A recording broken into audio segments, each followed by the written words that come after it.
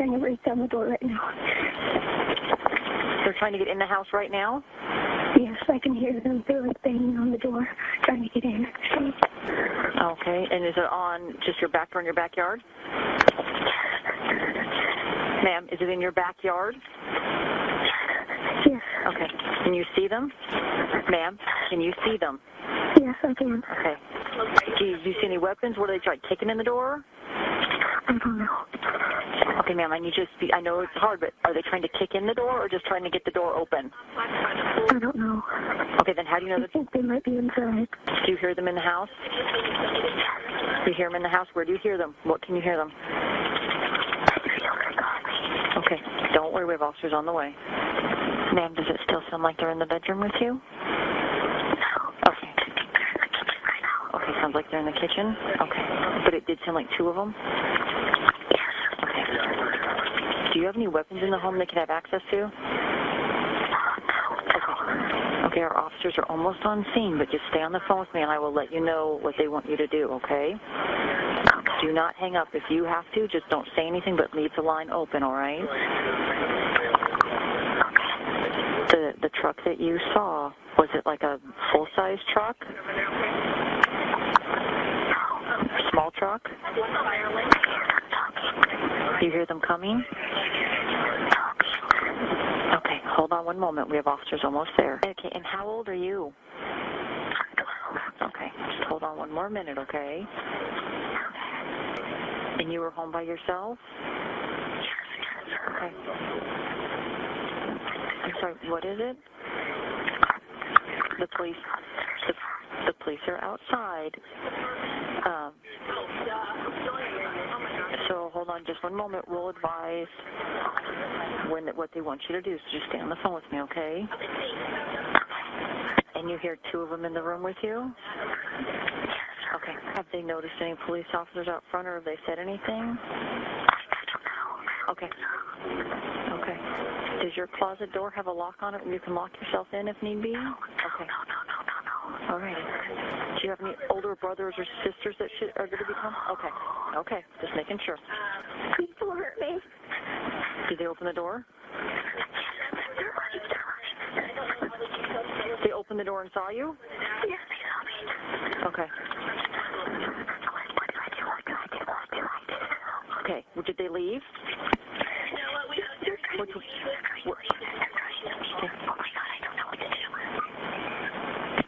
Okay. Just stay on the phone with me. The officers see him. Do not hang up. You stay on the phone with me, okay? Okay. Are you in your bedroom or are you still in the closet? Okay. Okay. The officers do see him. I want you to stay right where you are. I will let you know when the officers, what they want you to do, okay? Okay. We have officers that are chasing down the guys that were in your house, but we're going to get somebody to you as soon as absolutely possible. You stay on the phone with me, okay? Okay. Hey, it's hard to watch, isn't it? Very hard to watch, and that's what we want to talk about tonight. 911 dispatch, effectively reporting a crime to the police. Hi, my name is John Arnold from Protect and Serve. Welcome back to episode 22 of Protect and Serve. I want to just say thank you for tuning in tonight and every Wednesday night. Those of you who tune in and chime in and give us your opinion and your thought. That's what this show is about. It's about having discussion to try to make our community safe, coming together as law enforcement, retired, active law enforcement, community, clergy. That's what we do. And that's what this show is all about. Trying to give you the most in-depth insight and knowledge to help you through this thing called life. And hopefully, God forbid, that you're ever a victim of a crime or you ever witness a crime, you'll know how to react to this crime. All right. And that's what we're going to talk about today. What some of the things that you should do, could do, what's available to you, what you should expect from your local department. As you saw in that video, that is heartbreaking. Can you just imagine being inside, a young person, your son, your daughter, inside of a house where someone is breaking in and they're going to have to be on the phone with the dispatch? You want that conversation to go very well. You want that was a good example of what should happen when reporting a crime to the police. There was excellent communication back and forth. And that's what we want moving forward. We're going to be talking about that today. We have a lot of former law enforcement who come in on the comments, who participate. We have 2 commentators that's going to be here. We're ready to introduce them. And listen, we bring you it right from the horse's mouth, from our experience. We're retired, so we're not actively on the police department, but we still are active with departments throughout the nation, not just local jurisdictions. And the reason we do that is because, there are us who believe that we can make our community safer through a collaborative effort of you and law enforcement.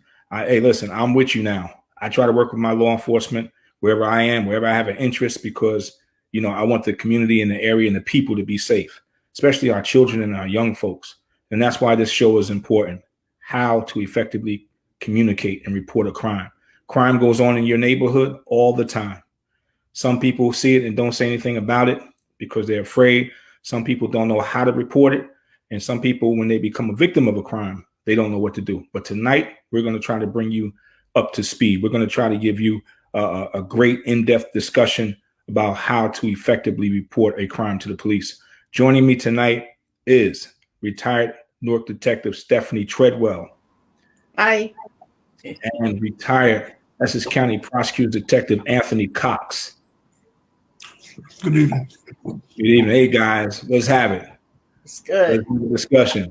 I mean, listen, that video right there, that was a touching video. Mm-hmm. I cannot imagine my child being in a situation like that. That was such anyone. Yeah. Even after all we've seen and went through, hearing that, the fear in that child's voice, or basically anyone who's gone through that, keeping your composure, telling the dispatcher what you're listening to without yelling, trying to hide, it's hard.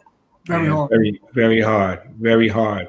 And especially from a child's, viewpoint. I mean, there's so many things that are probably going through that child's head. The trauma that they're experiencing is something that they're going to always, feel in that house, because, a burglary, an invasion is an invasion of privacy.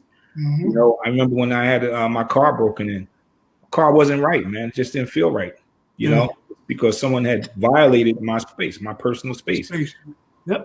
So to imagine that, you're inside of a house, you're minding your own business, you're watching your favorite TV show or playing your game, and all of a sudden you see now what I like about this here. Hey, Karen. Hey, Lieutenant Yelverton, how you doing?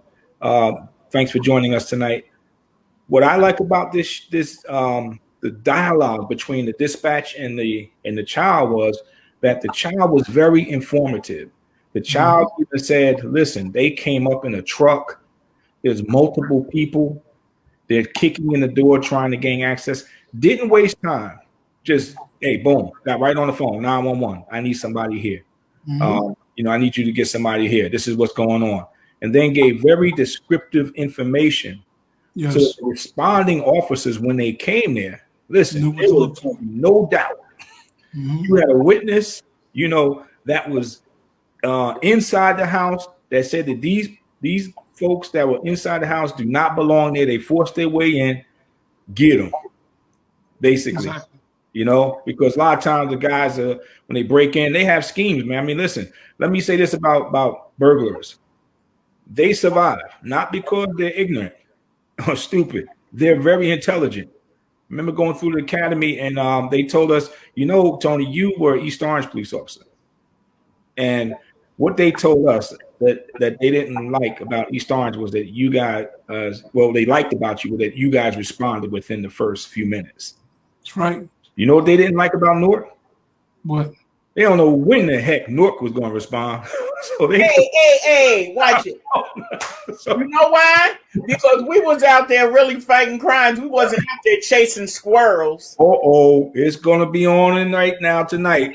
It is. But you know what? It was, okay. We're going to talk about that tonight because there was a reason why Newark had such a late response. And Stephanie being a retired Newark detective, I know you went through this. But it was explained to us.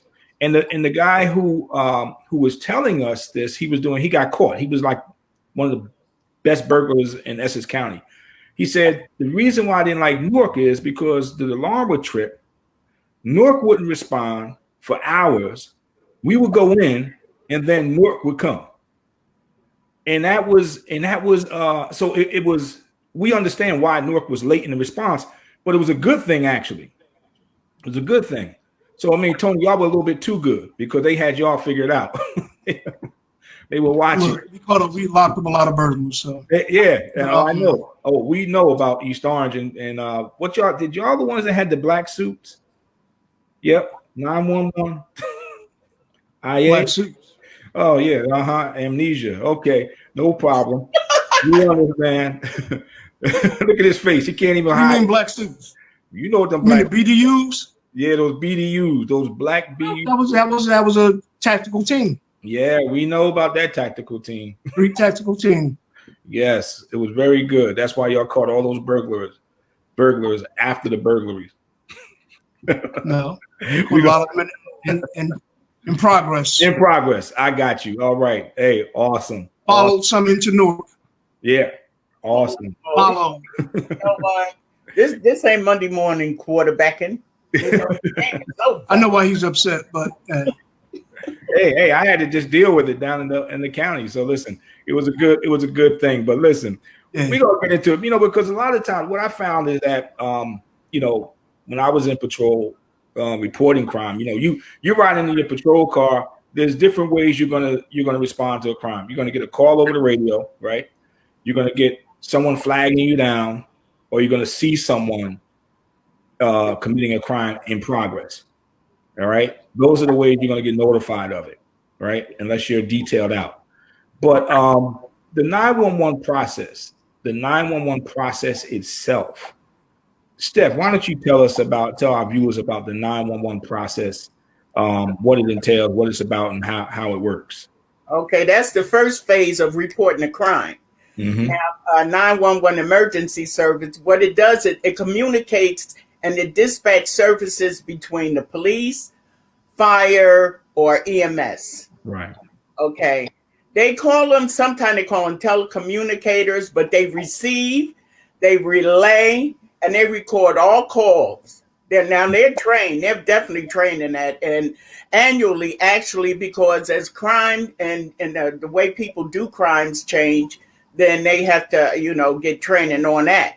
Now, what you need to know when you are going to make a call to dispatch, these calls are prioritized. So when Newark don't respond right away, it depends on the manpower, and it depends on how the level of the crimes that but they'll give you an option on some crimes that's not as bad, that's not taking somebody's life, or some type of crime where someone's getting assaulted or something like that. They have it where you can make a report now over the phone to the dispatcher or someone up there in communications, or else they will advise you to go to the precinct if you can go. But like I said, these are more lower level crimes. Right. Now, the only one that doesn't fall into that category is domestic violence. Now, they get the same priority as the high priority calls. And if someone calls about a domestic violent incident, and then they'll call back, maybe whoever they, fighting with, they'll say, you better not call the police, or they better not come here. They'll call back and say, oh, you know what? You can cancel the call. Either they're gone or everything is okay. Don't work like that. Domestic, that's right. Just keep it moving. And then the officers go there and make an assessment of what the situation is. Mm-hmm. Now, when you call the dispatcher, they're going to answer a lot of questions. But trust me, as soon as you tell them the type of incident, they're going to dispatch the officer there. But there's questions that need to be answered. So they're going to want to know the nature of the incident, the addresses, if it's any injuries, weapons, if EMS is needed. They'll ask you for your phone number. I know a lot of people don't like to get their phone number out because they say they're going to call back. Real name. Yeah, right. Exactly. If there's a suspect name, description, where that person is, are they under the influence? Are kids present? Any dogs in the house? And they're going to ask the call if they're a victim or witness, and then they will ask if there's any type of sexual assault. Mm-hmm. Now, they're going to do exactly what they did with the little video that you saw, you know, depending on the incident, because they're going to try to keep you on the line as long as possible until the officers get there. But if it's a situation where it's going to compromise your safety, they're going to tell you to either go to a neighbor's house or some remote location. Now, they have everything on tape. They keep the tapes because, you know, they can use those recordings as evidence. Now, what you may not know is if you have a phone, say you have a phone and it's not active, you know, you can't make regular cell phone calls on there, whatever, but you can always call 911 on the phone. And that's good. Yeah, so you can still use a raggedy old phone, because that's why a lot of times they say your old phones, if you're not going to trade them in, to donate them. And there's a for domestic violence, they, you know, kind of like give out those just for that purpose. Mm-hmm. But there's some phones that you can have, like I have a Google Voice number, and I can call anywhere. However, I can't call 911 on it.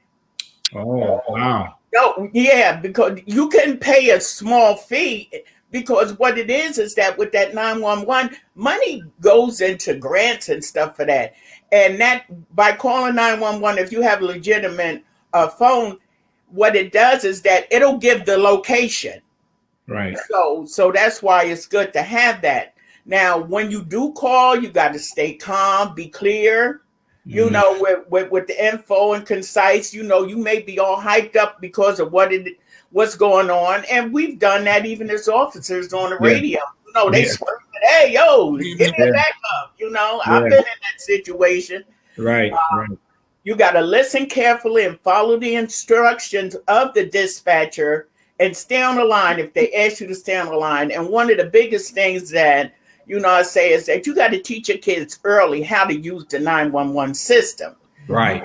Now, when you call in 911, you call in to report a crime, report a fire, or save a life. It's not calling up just to say, oh, the heat ain't working, you know, or, you know, I was waiting for my pizza and they ain't get here yet, you know, crazy stuff. And they get crazy calls. But 911 is an emergency. If it's a non-emergency call, there's a different number. I'll say for Newark, use 733-6000. That's non-emergency, but you still need the police. However, if it's an emergency, 911. Right. You brought up interesting points, because I didn't know that about the Google phone. I didn't know that. Yeah. That's very interesting. Yeah. That's very interesting. I mean, I understand I have Google numbers and whatnot for different things, but I did not realize that if it was an emergent situation, that you can't call 911 from that. That's good information. So viewers, make sure you know that. I mean, Google, who doesn't have a Google number now? I mean, you know, free. It's good. It's good to have. Tony said he doesn't. But the thing is that, you know, listen, yeah, you know, but it's very important. And you know, you touched on some other things. You said, Steph. You said like when people call. One of the complaints I always had, you know, before I came on the job, was that we would call about an accident on our street. Mm-hmm. And the car that hit the vehicle either got away, or sometimes it was just right there in the middle of the street. We would call at maybe 10 o'clock at night, and guess what? We didn't see a cop car until, you know, the next morning. So a lot of times, this? Yeah, well, I lived in Newark. I'm Newark born, you know, wow. Newark born, you know, so that's what happened. But the thing is that you know, a lot of times it was because of manpower. You just a city like Newark, you get one incident that's a priority call, and now all of a sudden you have resources. You deploy resources to that particular area, and all your resources are there. So yes, dispatch has a hard job of trying to, you know, just line up the jobs in the queue and assign them as soon as officers are being able to break away. So you know, that's one of the things. My dad, when he worked there, in Newark. He used to tell me as a desk lieutenant for the city that he would only have 2 cars for the whole city sometime. That's crazy. Yeah, I mean, but this happened. Slowdowns happen. Like I was working in East Orange. We had a 2-man car we call a center car, center of the city. But we've had certain times where we had low manpower. We just had to step up and do what we had to do. But East Orange makes that a good response time. But one thing I also want to add in, or if you have a cell phone, pre-program 911 in your phone. Because sometimes you just have to hit that button for it instead of you're in a situation trying to dial 911. It's maybe easy to dial it, but you never know what you're going through. Maybe they have apps for it. But the other thing that I failed to, tell you with you bringing that up. If a kid is missing, all the resources is going directly to that. right. Just to let you know, when a kid is missing, they're going to put almost every cop in the city on it. Right. Now the sound. Right. I want to look at what Charles Upshaw said. Charles Upshaw, retired Newark. He said slow response time is caused by districts being overwhelmed by the number of calls and lack of manpower. And don't forget about the officers that are held out on jobs and the lack of supervisory oversight to help expedite jobs in the field. And that's important because you have to manage your resources as supervisors. If you get a bad supervisor, one that's thrown out there, sometimes, sergeants who are on the desk all the time get thrown out into the thick of things. And, it's like the night from hell. Everything goes and he doesn't know what to do. A lot of times that contributes to slow response time or officers not even showing up on the scene. But also, Steph, you said something about an app. I know that in light of, I think right after Sandra Bland, when she got shot, there was some type of apps that are out there. I don't know if our viewers know about it or if the two of you know about it, but there's some apps that you can do, as you said, that are pre-programmed. And once you say a certain code or a certain word or something like that, it automatically dials everybody and starts recording when you're on a traffic stop. And or you're a victim, it automatically starts dialing and calling folks for you, so you don't have to do it. You can program it to go to your house because Tony already had that situation. Remember, I gave you that, and then you said something about somebody's son, and it was right there outside, but it threw y'all in a panic. Yeah. There's another video I want to watch. There's an 8-year-old. Phone call. Let's if the host will do, the producer will put that video up. The 8-year-old. 911, what's the problem? My mommy's in the basement, and I need emergency, and I need hello. Where at? But the 8-year-old girl doesn't know. Her father is dead. She tries to ask her mother, who is dying. Mommy, I'll tell you where we at. I'll tell you. I need. Let me speak to your mom. No, she's almost dead. Mommy, where are we at? Tell me. I got the police on the phone. Tell me. Mommy, tell me. Where we at? The dispatcher tells the frantic girl to stop screaming and give her a location. Okay, put your mom on the phone if she's there. She's almost dead, please. Okay, you need. I can't help you without you helping me. Let me see who else in the house. The dispatcher directs the girl to the porch. She finally realizes where she is, but the dispatcher wants information about her sister. How old is your sister? Okay, I know the address now. How old is your sister? She's 6. I know the address now. 19380. What is the street? The girl starts spelling out Glastonbury. What is wrong with your mom? She got shot. Somebody shot her? Yes. But the dispatcher still doesn't have the whole picture. She's still breathing. My dad is not. Your dad said, let me speak to your dad. No, he's dead.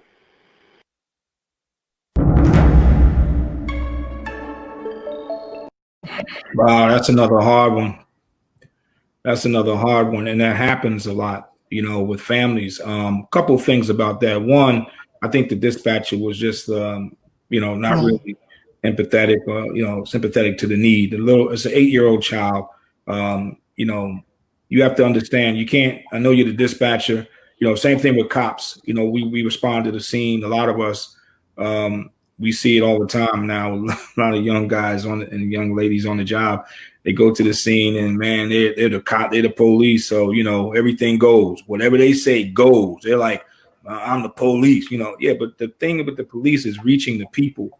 And I think that the dispatcher, the dispatcher was very rude, very, it just wasn't, I would definitely, if I heard that, I would be definitely looking to IOP that investigate that dispatcher for her conduct and retrain her, because here it is, an 8-year-old girl is looking at her dying mother, and her dead father. And this dispatcher is like, wait, you got to slow down. How? I mean, human emotion is going to kick in. You're going to yell. Hell, we did it as police officers. If there was a scene, sometime we got there, you calling for dispatch, you in the thick of things. You're not, hey, can you send me this unit like this? No, you get in it. Listen, even Sergeant Yelverton is like, listen, he's not happy with this dispatcher. No supervisor would, because that works against the service that we provide. We can't provide service that is subpar. All right. And the thing is that if you're not going to be empathetic to my needs when you come to my house, don't come to my house. Exactly. That's how this community feels. That's why it's us against them, because we feel that, listen, we got this badge, we got this uniform, you do what we tell you, and it's not like that. We have to forget that we are public servants. I had a conversation yesterday, man, and it was about servitude, and police officers, firefighters, nurses, doctors, we're servants. We're first responders, essential personnel, but more first and foremost, we're servants. That's where the service comes from. Protecting is good. All right, but a couple of things. We have Charles Upsaw. He put something there. He said having access to a panic button on your alarm system is helpful if you have an alarm. Yes, very, very important. Now with the type of alarm systems they have out now, it's nothing to just add on a panic button that will automatically dial 911, let them know that something's going on, and it be a voice. Basically, teach your children where they live, the address. Yes, that's very important. Yeah, cross street, a landmark, anything. Right. And this is unique to our community. I mean, our community, we know that a lot of times in our communities we have families who are transient. They move from location to location. So the child will grow up in one place for maybe 6 months and then they're moving. And unfortunately, that's the reality. But still, as a parent, you still have to teach your child to memorize the address. When I was a kid, 5 years old, I had to walk from my house to South Orange Avenue. It was like, maybe, long city blocks, 3-4 long city blocks. But I had to walk there to catch the bus. And my dad and mom taught me before I left the house as a little 5-year-old boy, before you walked out this house, I had to know. I had to say it. I remember how they said, my name is John Arnold. I live at 255 South 18th Street. My telephone number. I had to know my address. I had to know my telephone number. If anything happened, I had to be able to tell the adult or the police where I lived and what my telephone number is. And we have to do that for our children. We have to say, listen, this is where I live. And I made my children do it too. I was like, listen, find out where you live at, because if anything could happen. A tree could fall on you, hit by a car, whatever. You need to tell somebody who you are. And, they don't carry ID unless they have a school ID, but there's no personal identifiers on it other than a name and the location of the school. But let's say the school is closed, So now here it is. You got a child and that's all you have is a name. Where do you live at? The child's unconscious, or something like that. But my sisters, we all walked together in a group and we all knew where we lived at. Gene Etchison said, put their names inside their clothes and a contact number. Who remembers that? Who remembers all your clothes being marked up with your name in it? Oh, everything. Your parent had your name over everything. Lunchbox. Yeah, right. Lunchbox, everything. Your name was written over everything you wore, even those old Valley Fair shoes that we had. We had to because everybody had Valley Fair shoes. Everybody bought the same shoes at the first of this beginning of the school year. They had to put your name in those sneakers. Buster Browns and Buster everything else. Brown. Look at that. See, so I mean, those type of things, it's important. Those things that we grew up in our community with, and we sort of like we lost it, but we got to get back to it because it's very important, especially now in these days and times. Now, granted, a lot of these young children have cell phones. I pray, viewers, I pray that if you have a young child who has a cell phone, that you have a tracker on, you have the GPS activated on the phone, so you can be able to monitor their activity and their location at all times. I think I said it last show. My daughter is 30, but guess what? When she's on the road, I can say, okay, well, I see you're crossing the New Jersey border right now, because you never know. There's always going to be your children. They always listen. My children, they hate it, but I do it.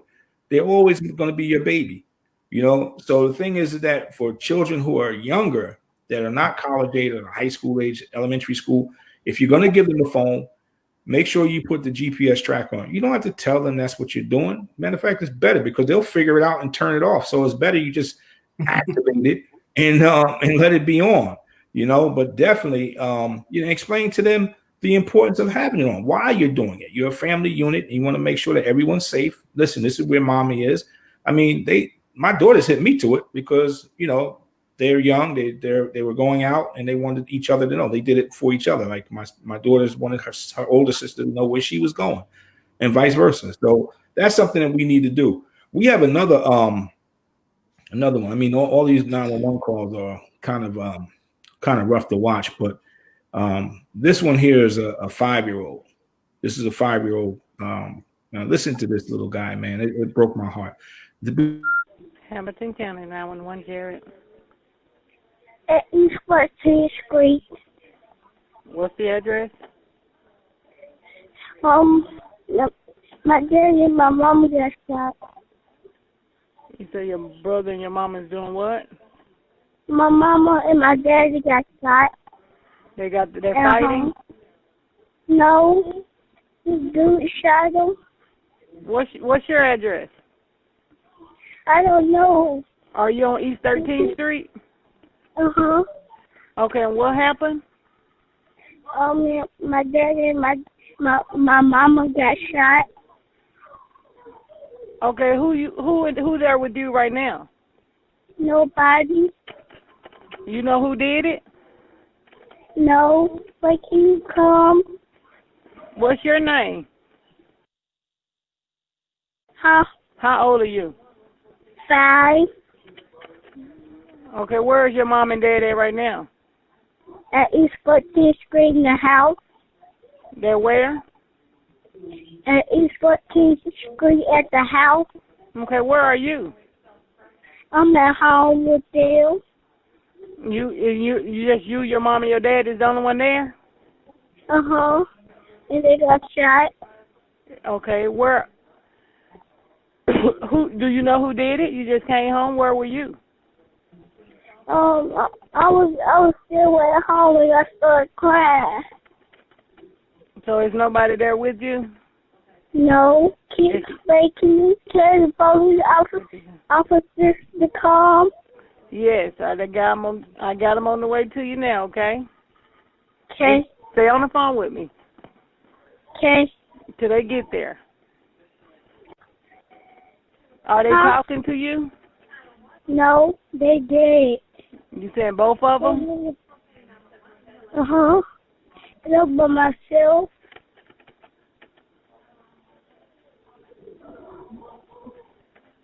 Okay, just stay on the phone with me. Let me know if somebody knock on your door, okay?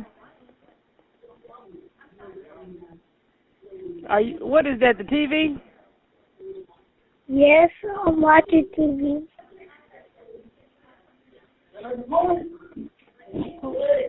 Who is that talking? Hello?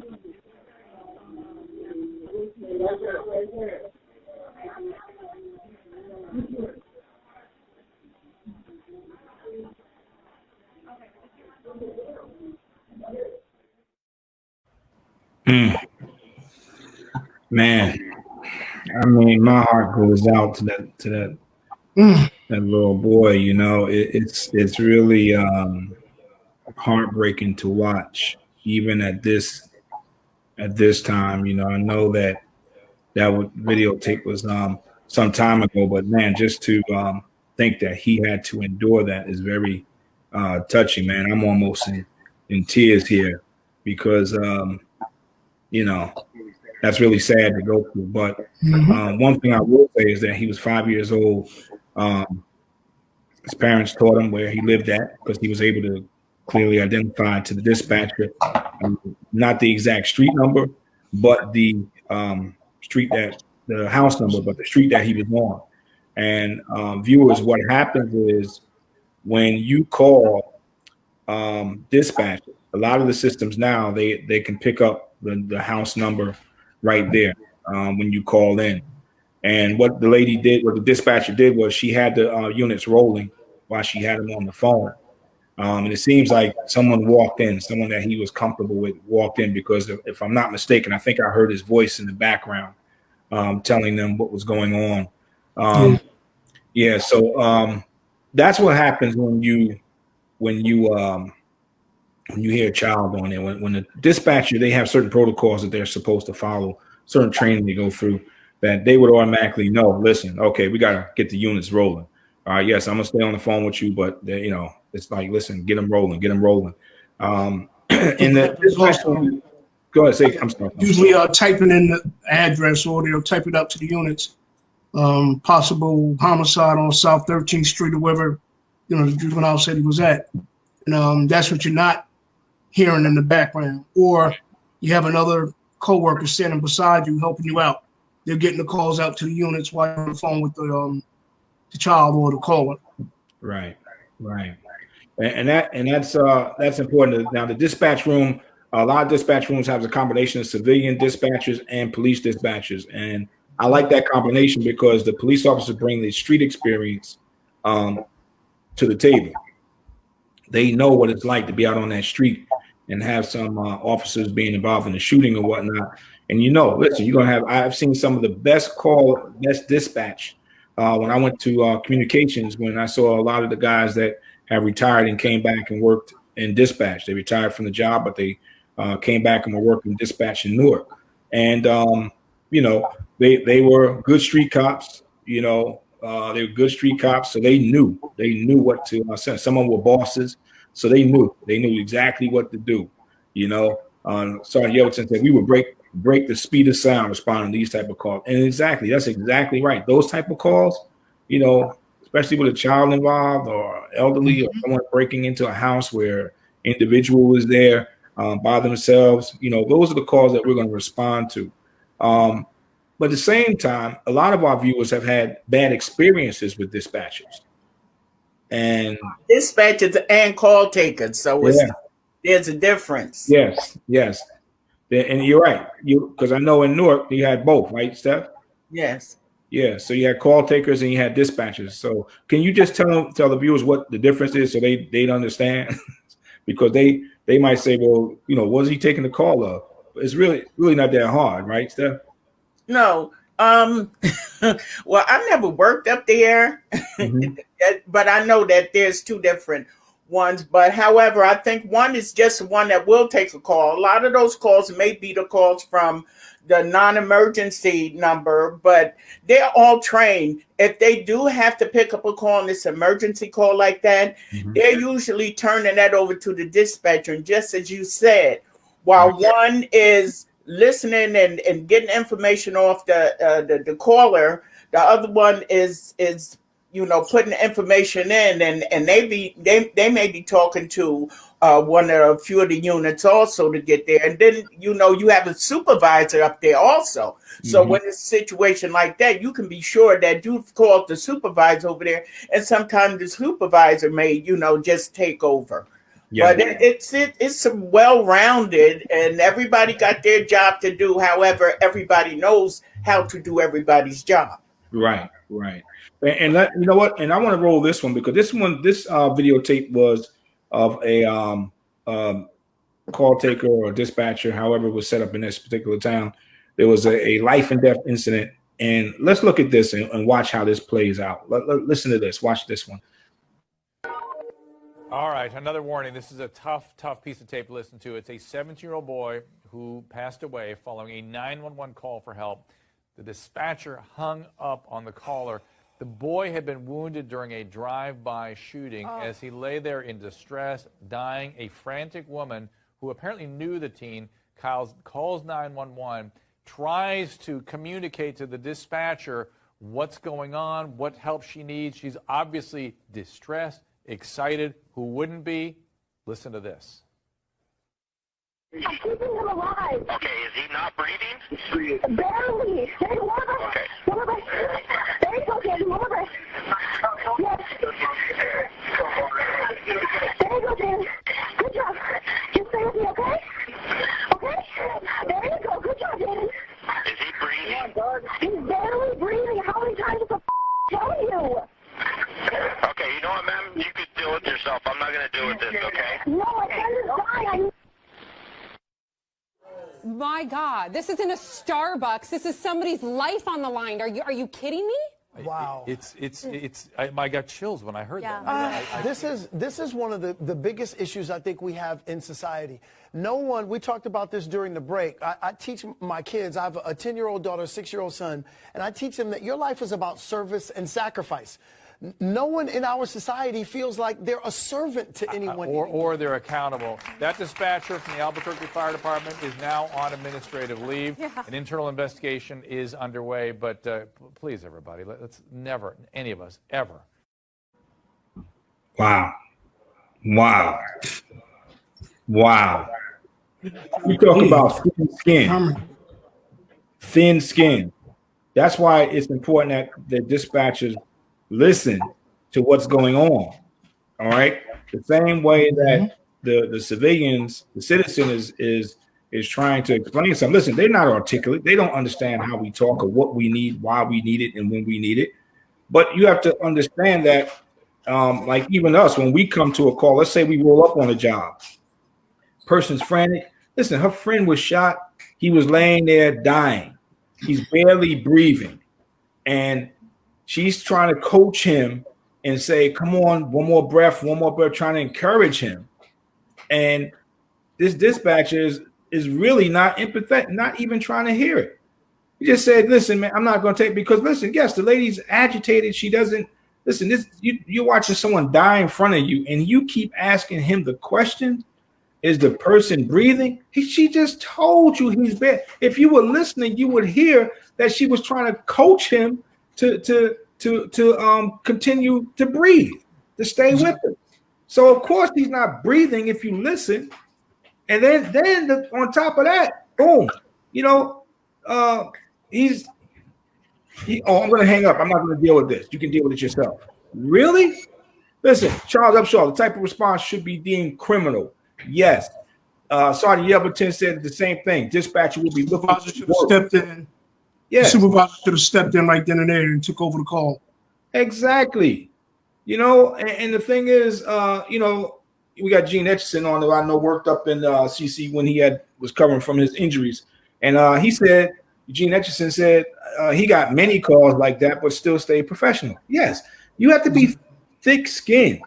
All right. You're coming across a lot of different personalities. If you don't have thick skin in this business, this line of work, you don't need to be in this business. Find another job. It's not personal. It's business. All right. No one's personally attacking you. Listen, if they have a problem with you, it's because of what you're wearing, what you represent. They don't know you from Adam. Understand that when you get there. But here it is. This young man died. And, okay, so he was on administrative leave. Okay. That's contractual. That's an egregious act. I think that's egregious. I think he should have been fired right on the spot for what he did. He forsook the public's trust. So here it is. This person died now, and how do you think this is going to go? I mean, look, it made mainstream media, so you got to act upon that. And I think that every police officer on here feels the same way, that we would have went back to that dispatcher and choked him. Sergeant Yelverton, as police officers, sometimes we took over the air when the dispatcher couldn't get it right. You daggone right. Exactly. Sometimes the dispatcher was fumbling. Guess what? All right, we would direct traffic. Yeah, Exactly. yeah. Give me the So radio. also, Yeah. I want to bring up going back to the kids calling dispatcher when something tragic happens. Make sure your children know your real name, not your street name that came from retired officer Rose Wilson from East Orange. Gotcha. Make sure they know your real name, not what they call you in the street or your area that you live in. Yeah, that's true. That's true. That's true. Now there's some things when we break down the type of reporting. We have different types of reporting. We have the 911 calls, which were crimes in progress. We have the crimes not in progress. We have we're talking about let me see sexual crime reporting, which is completely different. And the reason why I want to touch on this is because I want to talk to the female viewers specifically, ladies.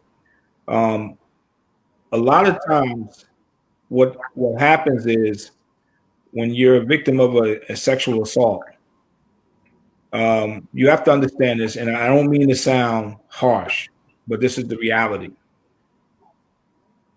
Your body is evidence. It's evidence of a crime, unfortunately. And in order to prove this crime, you have to preserve yourself. And a lot of times, women will go home. They would, because of, they would feel disgusted. They would feel, it's really a bad situation. I mean, I couldn't imagine going through that. But whatever type of transfer of DNA, it's going to be on you. And you have to know that when you are reporting this type of crime, that this is what's going to be. This is going to help your case. And the thing is that when a lot of these cases of sexual assault cases, especially when it's he said, she said, if you felt that you've been abducted or you've been, accosted some kind of way, they're going to want to draw blood. They're going to take hair. They're going to do swabs. They're going to be looking for different types of DNA to prove, try to find this perpetrator, find this animal that attacked you. And that I know is not really, I mean, you see it sometimes, but to be honest with you, when you're reporting these type of crimes, dispatchers may not tell you that, but I want to let you know that in order to make that case, the prosecutor is going to need that type of information, that type of evidence, and that's what it is. So effectively, the show is effectively reporting crime to the police. What happens? Stephanie brought up the dispatch 911. When there's another type of crime that's not a crime in progress, is something that you're going to report. Once someone comes out and takes the report, it goes to the detective. The detective investigates it. After the detectives investigate the case, they either find probable cause to move forward, or there's not enough probable cause, not enough evidence there. And what they're going to do is they're going to send that case up to the prosecutor's office if it's an indictable offense, if it's an indictable crime. That case prosecutor will go for an indictment before the grand jury. After the grand jury returns a verdict of indictment, they will set it up for trial. Prosecutor will take it to trial, and that's when you will come back in and have to be a witness, et cetera, et cetera. Now, being that I worked in special victims, I worked in a child abuse unit, the interviewing techniques, when you see any crime, whether it be sexual assault crime or just crime in general, there's some things that you want to do. Some things you want to do before you start relaying information is you want to take a deep breath and calm yourself. God forbid, I'm not talking about if you're in the crime, you're a victim of the crime, but if you see a crime, you want to take a deep breath, calm yourself, and you want to be attentive. You want to watch as much as you can, see as much as you can. Type of car, type of clothing, be descriptive, be exact. Type of was the male, white, black, Hispanic, Asian, glasses, little things. Did he walk funny? Did he have tattoos? These are things that if you witness someone commit a crime against you or someone else in your community, these are things that you got to watch, because we all do something unique. We all have something unique about us. And that little thing that you pick up will help the police in solving their crime. When it comes to sexual assault, there's a process that you go through. And Karen Daniels, she said, Karen, how are you? Thanks for tuning in again. Karen said, it is definitely more trauma to a woman, but we know it must be done. It is definitely something that is very traumatic to women. You know, as a father of daughters, I can't imagine. But from what I've seen, I know it is very traumatic. I know it's an experience that you want to, get over with, and you want to do away with, and it's very emotional. And I tell you, I think that something really needs to be done. Really needs to be done when it comes to sexual assaults and assaults against women. They're trying to do a lot with domestic violence. They're trying to do a lot with what we have as far as sexual assaults, but we really need to do more in law enforcement to make the community safer for our women, because there are predators out there who prey on our women and our young girls. But the way we stop that is that we have to be alert in the community. We have to, if we see the crime, I know the saying now is see something, say something. Yes, absolutely. I'm with it. See something, say something. And those of us who retire, do something.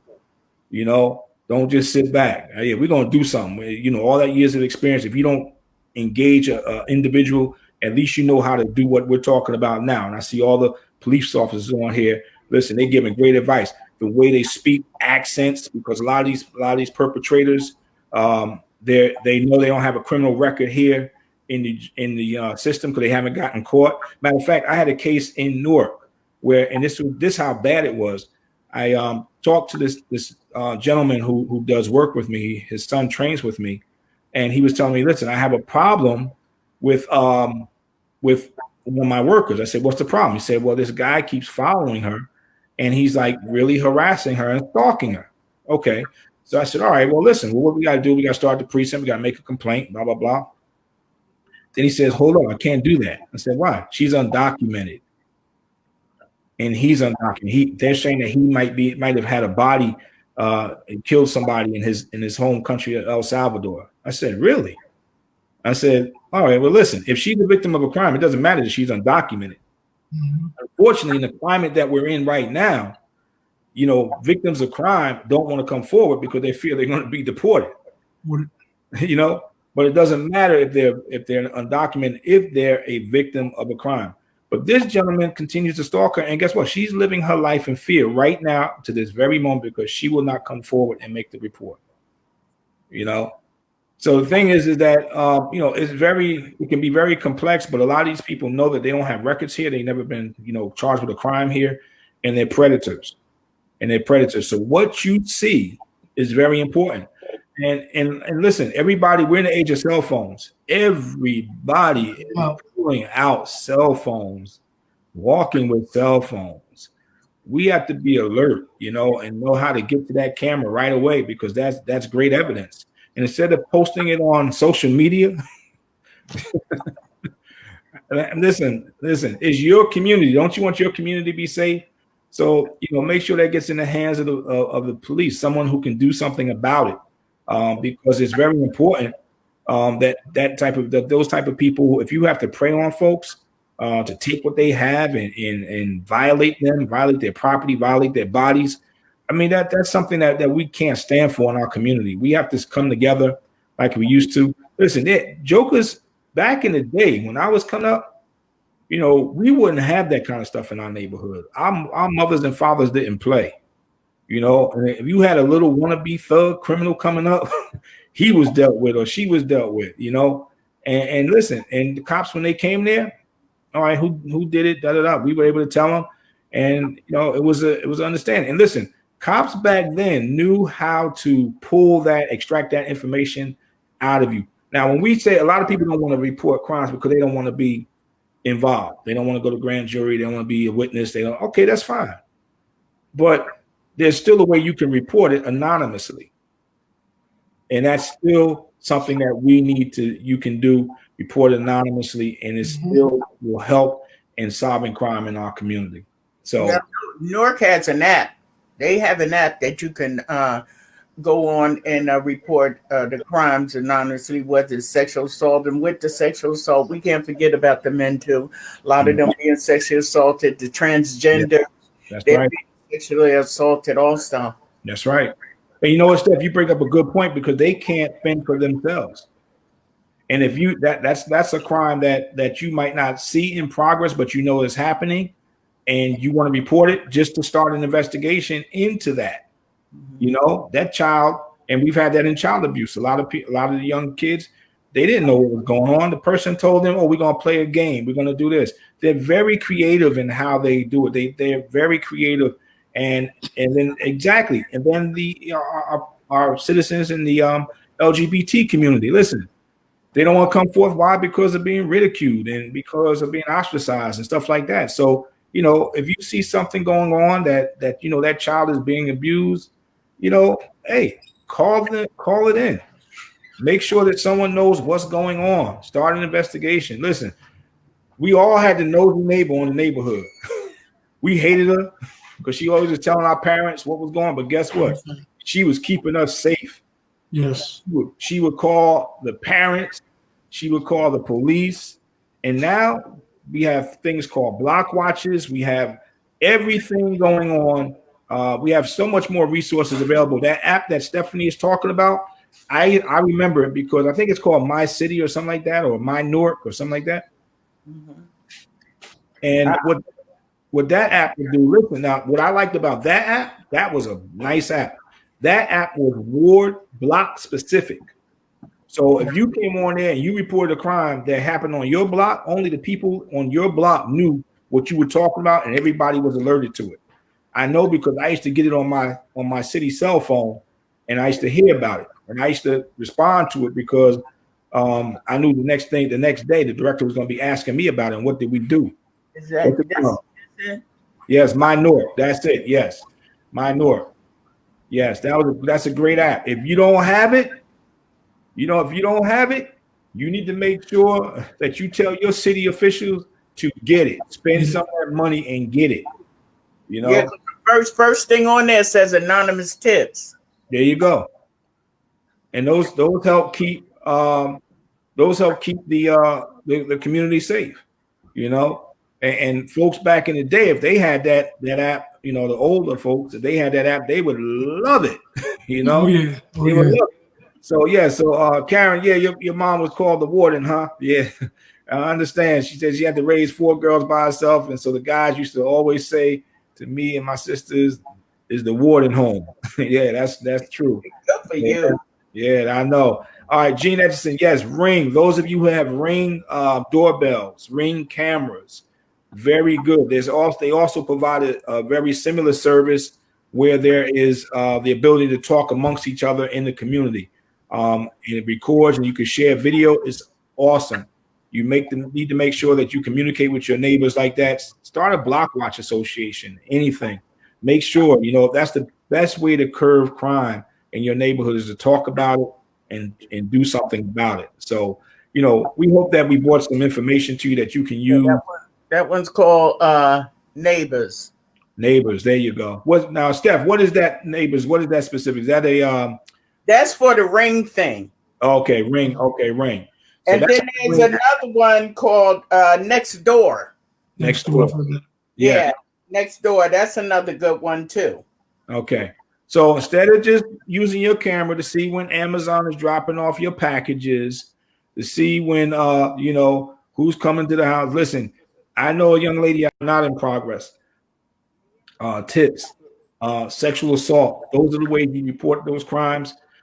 By calling 911, filling out a report, as we showed you right now, the apps on your phone. You have so many different ways that you can report crimes to the police, to your local police department, to help them in making sure your neighborhood is safe. And when you go to those community meetings, please go to those community meetings, whether they be Zoom in or whether you go to City Hall or whatever, make sure you bring these things up. All right. They're going to say, man, where y'all getting all this information? You tell them, listen, you got it from the New Jersey Urban Crime Foundation. because we're committed to making you safe. Yeah, put the plug out there.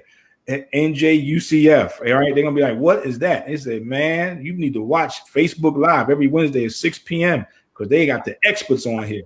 Listen, not only us, I'm not talking about myself, but I'm talking about all the commentators that have come on here and all the people in the comments, the neighborhood, the community. Listen, look what we're doing. We're coming together as a community and we're we're coming up with solutions and we're talking about things. And that's what any good relationship does. You talk about it and you make things happen. So last word, Stephanie and Anthony, before we go.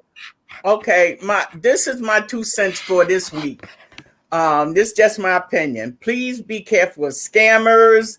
They coming in on your phone, the internet mail, and some may come to your door. Don't give them any information. Don't engage in conversations. Most of them, you can't understand what they're saying anyway, and nothing is free. So when you're not getting a free vacation gift card for doing a survey, and if your relative is in Africa and passed away and left a lot of money on their estate for you, why are they asking you for money to get it? I tell them, look, take out what y'all supposed to get and then send me the rest. Never verify your information. Yeah. And definitely never answer with yes. Am I talking to Stephanie? No. Because what they do is they record it. And then they'll have your voice authorizing something that you didn't authorize. So it's a lot of crooks out there. They had a lot of time to sit up here and go to COVID college and just think all this stuff to try to get your money, but we just don't have nothing. So right. That's my true. 2 cents. Listen, thank you for your 2 cents. We appreciate it. Oh. Don't. My usual, stay alert, stay alive, stay healthy. Vote. That's right, vote. And make sure, as Stephanie said about those scammers, 911. Call the police, let them know that there's people in your neighborhood trying to scam folks, trying to break. They could be breaking up, setting up to break in their houses. They could be doing anything. You might be next. Don't sleep on them. All right. And make sure, listen, the real change is going to come when you do vote. We have the elections November 3rd. You need to vote. But not only November 3rd, but you need to really seriously get involved in local elections, because that's what's going to bring the change directly to your community. But remember, it starts at home. That's where the change starts at. It starts at home. It starts with you. So listen, I'm John Arnold. I'm with Stephanie Treadwell, Anthony Cox. Hey, we got some of our experts here, our former guests, Dow Yeverton, Gene Etchison, Charles Upshaw, and others who have come on and gave some comments. We got some folks who are coming on who are just participating. Karen Daniels, we see her every week. Thank you. Thanks for coming in and joining us. We'll see you next week, episode 23 of Protect and Serve. I'm John Arnold. Have a good night. Stay safe. Talk to you soon. Karen.